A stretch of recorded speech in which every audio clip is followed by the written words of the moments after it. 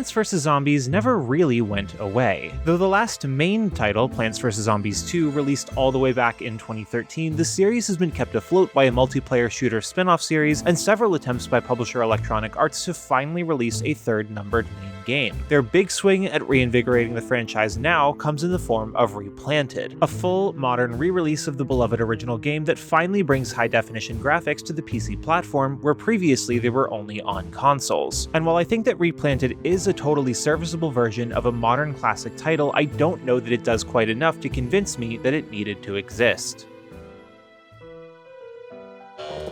Lazy pixel.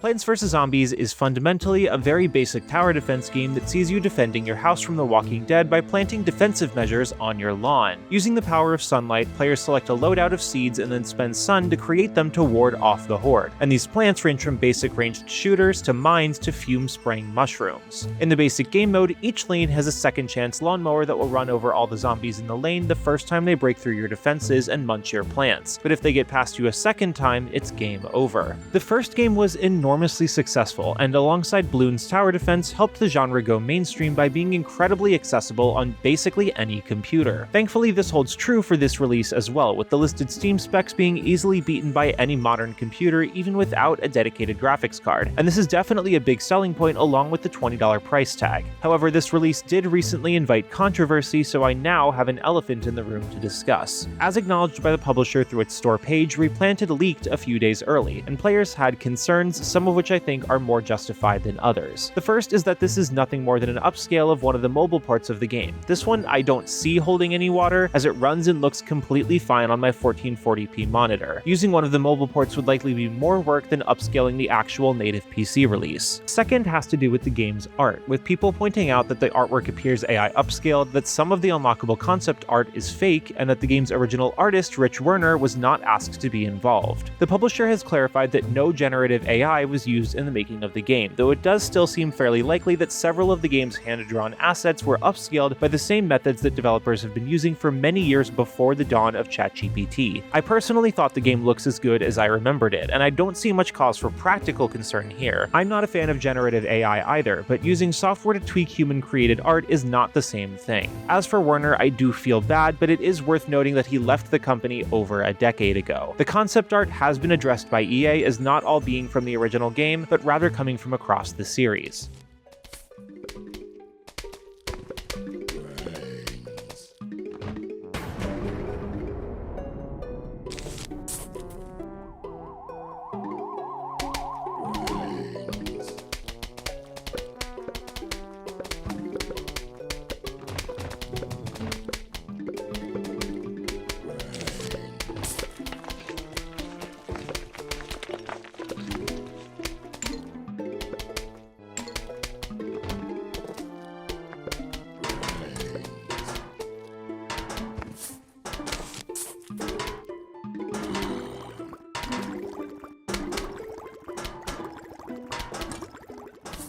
With that out of the way, I largely found Replanted to be fine but not particularly justified on platforms where the original game is still available. Controller support is well integrated, with the scheme mostly imported from the PlayStation 3 and Xbox 360 ports of the first title, and the game's co-op and multiplayer features are functional and fun, but not hugely substantial. The original's memorable minigames have been faithfully brought over, and Walnut Bowling is still just as much fun as ever. The biggest draw from the game's marketing is its new permadeath and challenge modes, and I admit that neither are particularly compelling. Permadeath mode is functionally just New Game Plus but harder, and Cloudy Day is an interesting challenge that doesn't go beyond the game's other bonus levels, most of which are fine but not worth writing home about. The big draw here is definitely the original Adventure mode, which remains a wonderful and goofy set of levels that consistently shake players out of their strategically reliable methods. If you're looking for the best way to play Adventure, Replanted is probably it, as the entire thing can be played in co-op and with fast forward, though the fast forward does come with the caveat that it also increases versus the speed of the music, a strange decision that makes the game's beloved soundtrack feel like an afterthought in this release. I wouldn't consider Replanted to be the cash grab that some corners of the internet have painted it to be, but it does come across as bizarrely half-hearted in many aspects. The new modes are a nice inclusion that most players aren't likely to bother with, leaving the main draw to be the enhanced campaign, which is a fun time with friends but not a particularly lengthy one. I think a much better move would have been to include both of the first two games for a slightly higher price point, perhaps $25, rather than just the first one at 4 times the price that the Game of the Year edition of the original release goes for on Steam. If this is your first time playing Plants vs. Zombies and you've got a modern setup, it's as much a no-brainer as the zombies are. But for existing fans, I don't think it's likely to entice them to double dip. Noisy Pixel is giving Plants vs. Zombies Replanted a 7 out of 10. Thanks for watching, and thanks to our supporters on Patreon for making our coverage possible. Go to patreon.com/noisypixel if you'd like to join them and receive our monthly digital magazine, in addition to our eternal thanks. Noisy Pixel is an independent operation working hard to bring you news, reviews, previews, and more. Leave a comment below to start a conversation, come talk nerdy with us in our community Discord, and subscribe to keep up with all of our future content.